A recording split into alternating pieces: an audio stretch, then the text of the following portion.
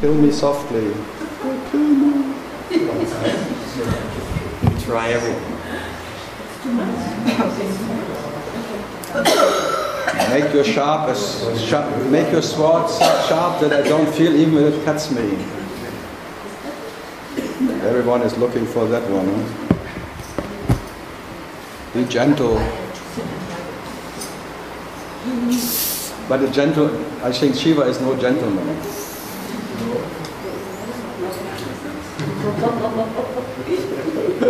Hello. The recording will not be good with the background noise. Yeah, just tell them. But not that I care, but... Oh, you care? What? I like it. If people don't understand something, it's good.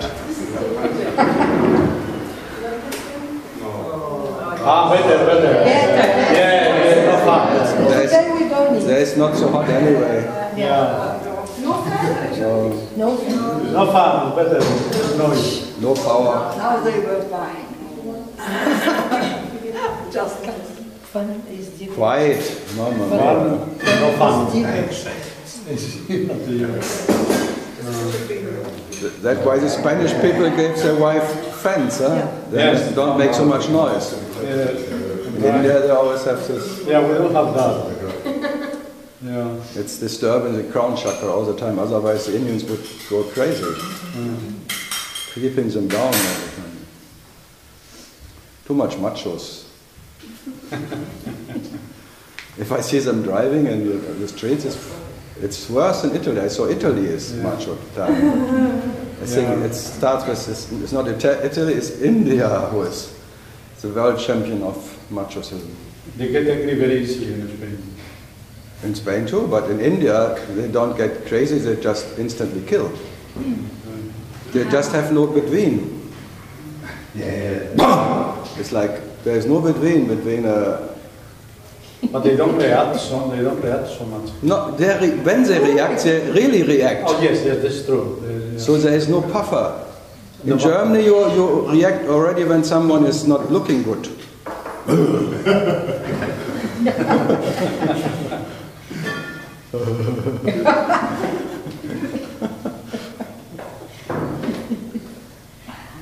So what to do? So the Spanish there in between India and German, no? The Spanish? In between German and India. The Spanish are just depressed, walking, grumpy toreros. They need bullfights to get the aggression out, to watch it and sing. It's really, it's around the world people are aggressive. It's not typical for any country. Even in Thailand, if it goes over their limit, over the tolerance limit, they flip. They just totally get crazy. They knife or they kill you. Mafia things. In Russia, did you see the movies from the Russian streets? This road rage. Wow, fighting and killing, and they have these cameras everywhere. Everybody has a camera now, how to drive and thing, and then they record what happens when some incidents. Wow, unbelievable. Okay. In America, they have bye-bye shooting. You know what bye-bye shooting is?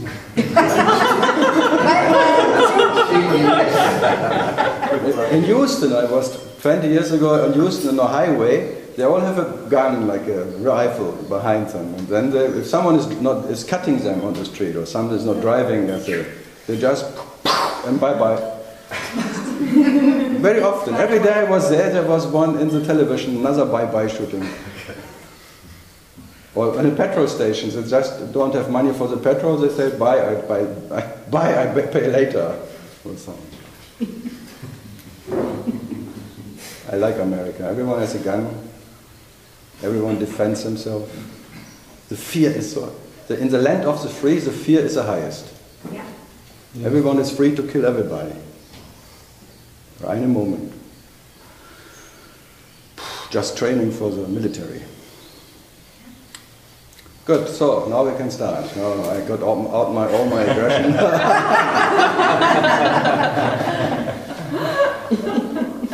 5 minutes on the road. Yeah, 5 minutes from the ashram here, it's already you could kill everybody. To cut you there, bomb, bomb. I think there's no crazier traffic as in India. No rules. And if you drive after the law, they don't. It's really dangerous for them. You should drive as crazy as they are, otherwise it's... That's why Dinesh he was quite in danger when he started driving his bike. He drove me once home. I was never as much afraid as that time.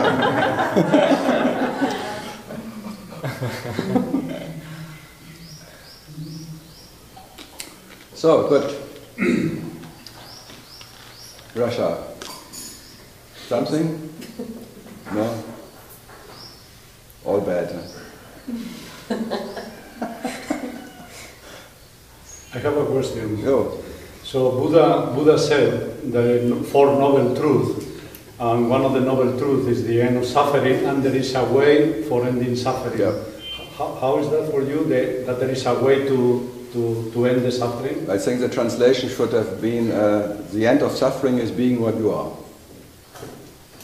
So there's an absolute way out, being that what you are, but not any relative way out. So enlightenment means that what you are experiencing himself as light, but is not light. That is the way out of all trouble, or out of all suffering. Being that what is experiencing itself as light, but is not knowing himself as light. Mm-hmm. That is enlightenment. To see the light is being not being the light. So the light and experience as awareness is already a starting of realization, but it's not what you are. That is our natural life. This actually gave me the last hit. Because I went into this mountain and meditated in the Vipassana cave, and then I went into this, because this is the origin of all universe, as light. And you see it, it's like the most creative power of the whole universe, this bloody mountain. Such power, it's like everything comes out of it, all there is light, all the creation, all the sculptures, all the universes arising from this mountain. Crazy. But then in one instant, you see, it's still an experience. It's still something you can experience. Even that you are not. Because before I thought, this is what I am. I am light. I was walking for 20 years, I was walking around like I am light and you are light. I was like a light messiah. I was a party pooper. Here I light. It was like a flashlight. No, that was really like one instant, shit. It was really, shit, not even light. In the cave or simply walking? No, in the cave. In the cave. That guy who sits there since 600 years, he talks infinitely, he's like a radio station. When you sit down and you open up to that radio station of this guy, the saint who sits there, he gives you all the answers you need. If you want to know anything about the universe, he can give you the answer. He is knowledge himself. He is like an infinite source of information, of answers. So if you meditate in the heart caves there, you just go and then open your radio station, you turn on your radio and be receptive to whatever is there. And any question comes up, comes an answer to. Fantastic. I liked it so much. I was really fascinated. But then going into the mountain, seeing the mountain as light, and the origin of all what you can imagine, and still being not that. Fuck. It's okay if I'm not even light, fuck it all. Then its light is as good as this one, or being anything else, is all whatever it is. Who needs to know it? So in that sense I'm sitting here because I'm grateful to this mountain, that's a mountain that I don't have to be grateful to anything to be what I am. This is paradox. I'm absolutely grateful that I don't have to say thank you to anything, to anybody, not even to light, because I'm absolutely independent of whatever I can imagine. So you discover who you are here with... I don't discover it, it's not a discovering. Or whatever you call it, whatever. Don't call it anything, it's just Okay. shit. It's just shit. So even shit, even light is part of shit, it's ignorance. Even the light you are not, even light is an experience and not what is a knowledge. So even awareness, the light of awareness is merely an experience. Yeah, but I mean, I was talking in the relative way. Yeah, but it's not a discovery. It's not a discovery. No, I was it before, I was it then, and I'm that now. It's not something what came new. It's not it's not a new knowledge. It's a knowledge I was all the time, before and now and will be. It's not the discovery. It's not like I'm Columbus, go to America and say, oh, I discovered America. America was already there. That's a good pointer. America existed before Columbus discovered it. And all the awakened ones now, they discovered America. As if they discover something new. But in the books it's written 1492. It's written in the book. It was there. I understand that it was there, America. But you were there already. You were waiting for him to discover you. The self is ever ready to be experienced. But it has infinite time. It doesn't matter when you be what you are. This carelessness you cannot imagine. It never needs you to discover anything. And it doesn't need to be discovered. So it's absolute, gives a shit if you know yourself or not. This carelessness is a symbol of this mountain. It doesn't love you, it doesn't even know you. It doesn't love you, it doesn't hate you, neither. You're just absolutely irrelevant for that, for its existence. Absolutely irrelevant. That's... Because this burden that you are chosen one and that you are relevant and you are maybe a seeker for truth and maybe truth needs me to be truth or something. This arrogance inside, this self-importance, that is suffering. Everyone suffers from self-importance. I am a seeker of truth. I want to know myself. I'm special. I'm not like everybody guy who just want to be happy. No, I want to go beyond myself, me. And you get punished for that. That's called Upanishads.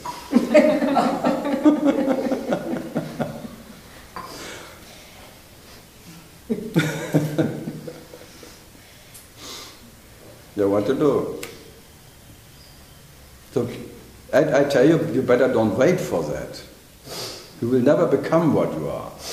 Never. You will never attain what you are. Because when you say, I discovered, it seems like always they attained their true nature.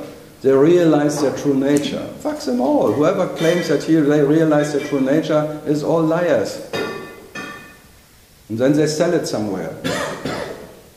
But there is a point of time. There is not a point of time. There was never any time for what you are. That's why it's called aha, not la la la la la.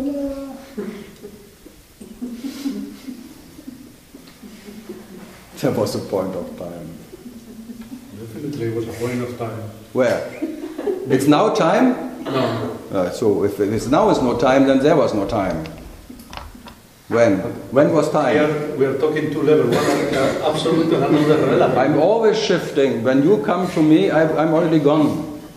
By whatever, I go back, I go down to your, not down, but I meet you in your resonance field, and then I take you to where you belong. I give a shit about your understanding, you know that. Yeah, I know that. Yeah. So I go to your little question, and the moment you want to get me, I'm gone. Yeah. I'm shifting automatically to the next. And when you come there, I shift the next. And maybe you go there, and then there's no way back.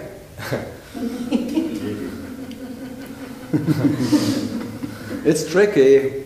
Mm-hmm. I just take you where you are, and take you to a place of no return.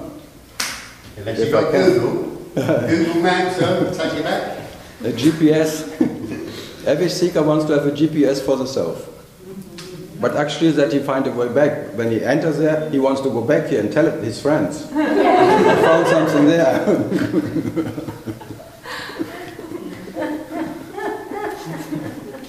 Because for who else do you want to be enlightened? For yourself, to tell yourself every day I'm enlightened, you give a fuck. You want to tell your friends, your co-disciples, look, I got it. I made it. Now I can be your guide.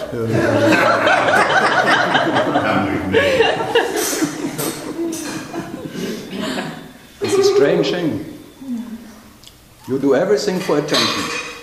You even want to get enlightened for attention, for love. That's the only reason you can imagine, that you get positive attention. You want to be loved, swimming in an ocean of love. Of everybody around you loves you. Everyone is so adores you as you are. Everyone prostrates in front of you.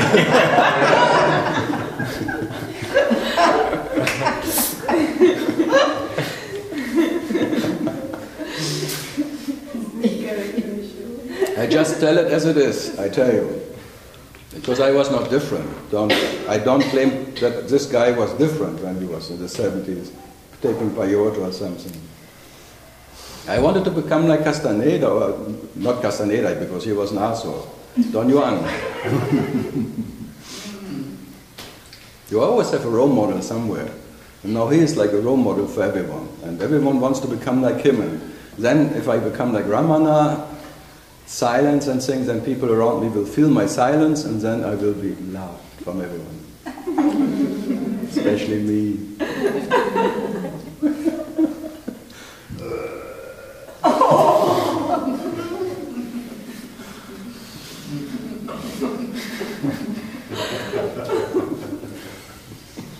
It's a strange thing, huh? But if you're really totally on whatever this honesty is there for that, you say, okay, yes, okay. That is the phantom's nature. What can I do? What to do? This phantom will always try to get love. Because it's so in love with himself, and the beloved is always around, and he wants to be loved by his beloved. So the lover needs to be loved by his beloved. And if he doesn't get what he wants, he hates his beloved. It becomes a hate affair. Then he wants to kill his beloved.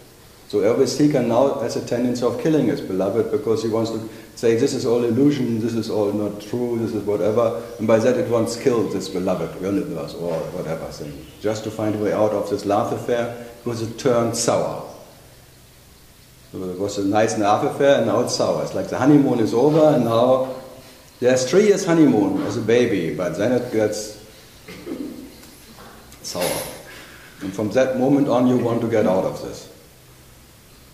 Because you're in it. Yeah. What to do? I'm just saying how the nature of the phantom, how it works, what happens.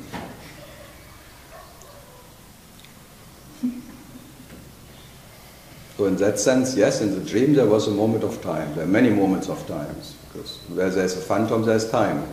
The phantom cannot exist without time. It needs separation. It needs movement. It needs living. It needs whatever coming and going. But all this transitory whatever events. Without that, it cannot exist. In silence, there is no phantom possible.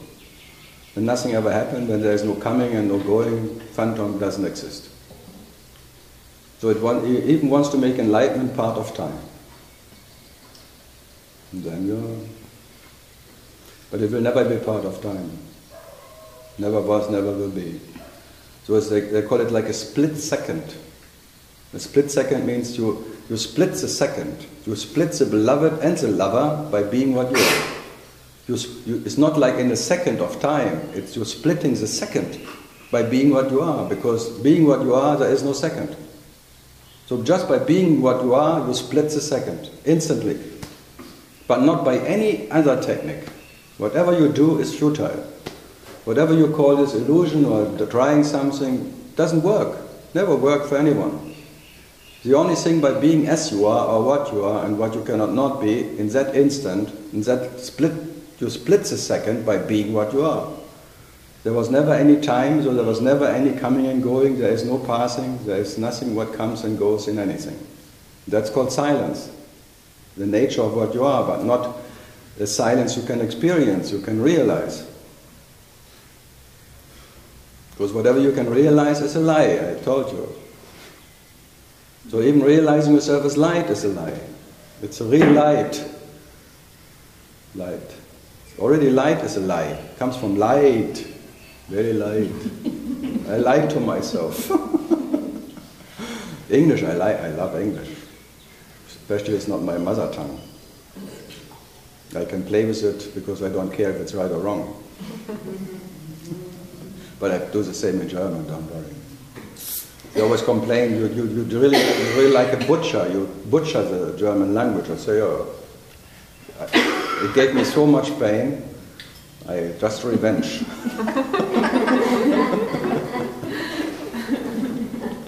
Because you always feel like a sandwich, and being in a sandwich of language.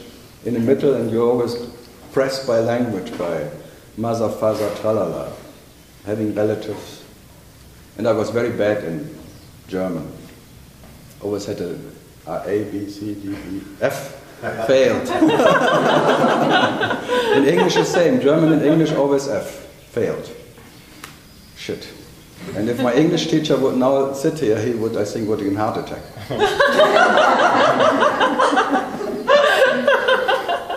He always said, you will never learn it, baby. You are a hopeless case. You will never speak English in your whole life. And now there are 20 books out or something. So life is really like funny, yeah? Really like unpredictable. You cannot predict anything. From the absolute that, it turns into the absolute opposite. Any moment. Fantastic. So, something today? Oh, that's so many. You got so many. The first one that came to mind was, is there any difference between enlightenment and awakening? Yes. Awakening is awakening from the form to the non-form. It's like a satori. You awaken from being a body, like a form, to being that what has no body. From something to nothing. That's called awakening. That's why all the awakened things, they tell you are nothing. I woke up to be nothing. Before I was something, and now I'm nothing. That's awakening from the dream of owning a body, now you have no body. You are nobody. Before you were somebody, and now you are nobody. That's awakening. That is like you become the Holy Spirit or something. Like formless spirit. And it's quite nice. Is that like finding the self? No. No. Then comes enlightenment. Because this is like a satori who takes you from believing your identification from a form. You identify it now with non-form. So it's just a different identification. Your reference point is shifting from a form to a non-form. Your perception is not perceiving from a personal now, you perceive from an impersonal space maybe. Whatever. And then you shift many times, because you always fall out again from this. Formless, you got into the form, because there's tolerance limits for even that. You always get kicked hard enough, and then you're back in form. The person waits for you. And then you ping. That's why they call ego return. Like Andrew Cohen had 2 years ago, a very severe ego return. Happy birthday, many ego returns in any life. There was this guy, Satyam Nadine, you remember? Satyam Nadine, American, who woke up in prison by reading Ramesh Vaisaka's book. Yes. And he had a big, in Costa Rica, big center, and Kala, he walked. And then after 7-8 years, he admitted, I've lost it. The ego went back. But then 3 years later, he went back to stage and said, now I got it. Now it's finished. But it still is a point of identification. It needs one who is identified, who was before unawake and now is awake. It needs a difference. But the question is, who makes a difference? It has to be relative. It's part of the dream. So awakening is part of the dream. And after awakening, by this ping pong, it starts a ping pong. Then for a while you are awakened, and then a while you get asleep as an ego. Asleep, awake, asleep, awake. Can be a long time. Some, they die with it. Ping pong. Called ping pong of shifting from form to non-form. When you're lucky, you just see the futility in it. There's a futile game. Awakened or not awakened, who gives a shit? So from the KO, from being KO, having a body, you come to the okay. It's quite okay to have with the formless, but okay always turns into KO. KO, okay, KO, okay. And then in one moment, oh shit, fuck it all, like, and then there's awareness that both is bogus. Both is false. And then you are in awareness. The awareness that form and non-form are not different. They're just shifting, just from one, and both is, that's called then already enlightenment in a way. They call them awareness masters, because they see both as false. And then they stay in the awareness, but even that is part of dream. It's a reference point of being aware that all is false. But what self needs to be aware that everything is false to be the self? Another question. So it's an advantage point. As advantage of formless, an advantage of, it was like a KO, okay, okie dokie.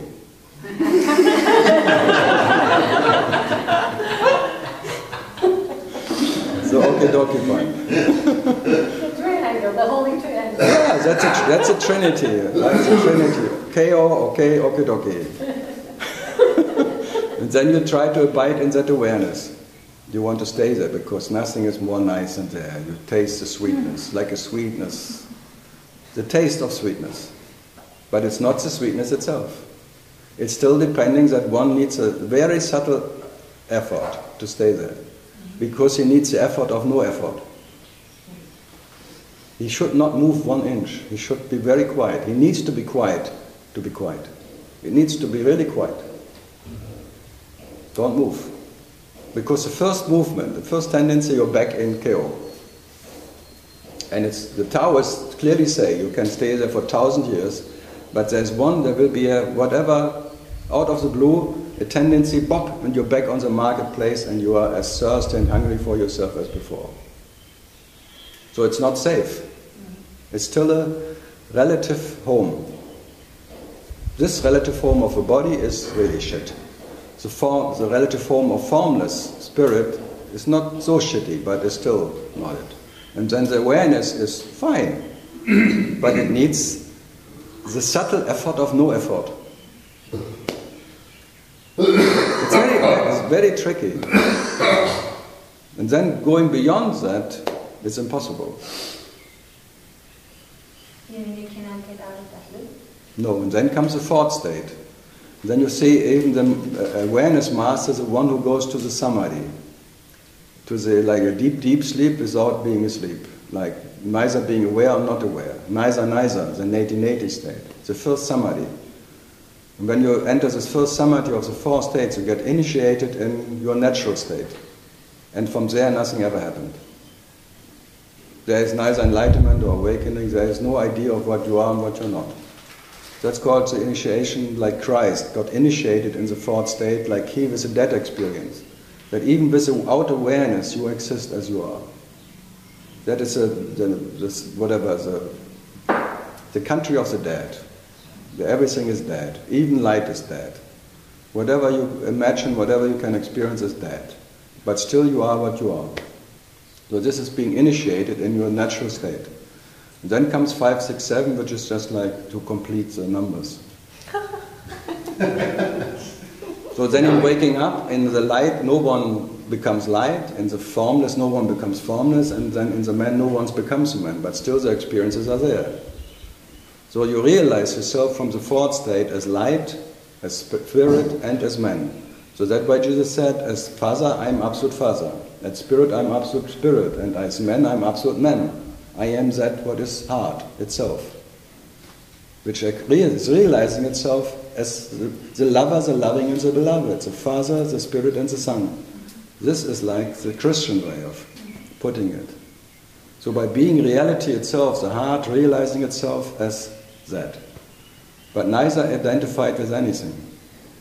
It's an absolute identification with what you are by being it, but not by finding a special place for it. Or special home, because that doesn't need any home. For heart never needs any home. Heart is home. But in that heart there can never any be at home. But you now, in this phase, you want to be at home. You want to occupy that heart. But heart cannot be occupied. Heart is not a toilet you can sit on. You will never take it. So heart can never be owned by anyone. So if Christ says, if you want to enter the kingdom of heart, you have to come naked. You have to come as you are, as absolute as you are, without any concept of anything, because already light is a concept. And then the difference of making light different to something else can only be a concept of differences and dreamlike imaginary separations. So when you enter instantly the kingdom of heart every night, by nature, because every night you don't know what you are and what you're not. There's a total absence of, there's a darkness. So you can only be in your own darkness, which is absolutely not knowing of light or not light or anything of what you are and what you're not. So every night you are the master himself. And to know yourself as that, as you know yourself every night in deep, deep sleep, now, abiding in that state of deep, deep sleep, being that, by being it, which is in spite of the presence of this whatever, not because of anything. That I'm pointing to permanently, and not to any awareness thing, or you have to meditate on something. I wish in the Rebbe Gita they say, why do you shameless meditate still? Shameless. What a crime you do to yourself. That you think by meditation you can become what you are. It's a crime against yourself, and you will be punished for that. When you have an intent, yeah. And I say the same. Rebbe Gita. No, it's like it's a crime against yourself, and you become a criminal, and the criminal gets punished by himself. Because you believe, you imagine that by any technique you can attain what you are, that you can possess what never can be possessed by anyone. And that's a crime against yourself. And for that crime you punish yourself, instantly.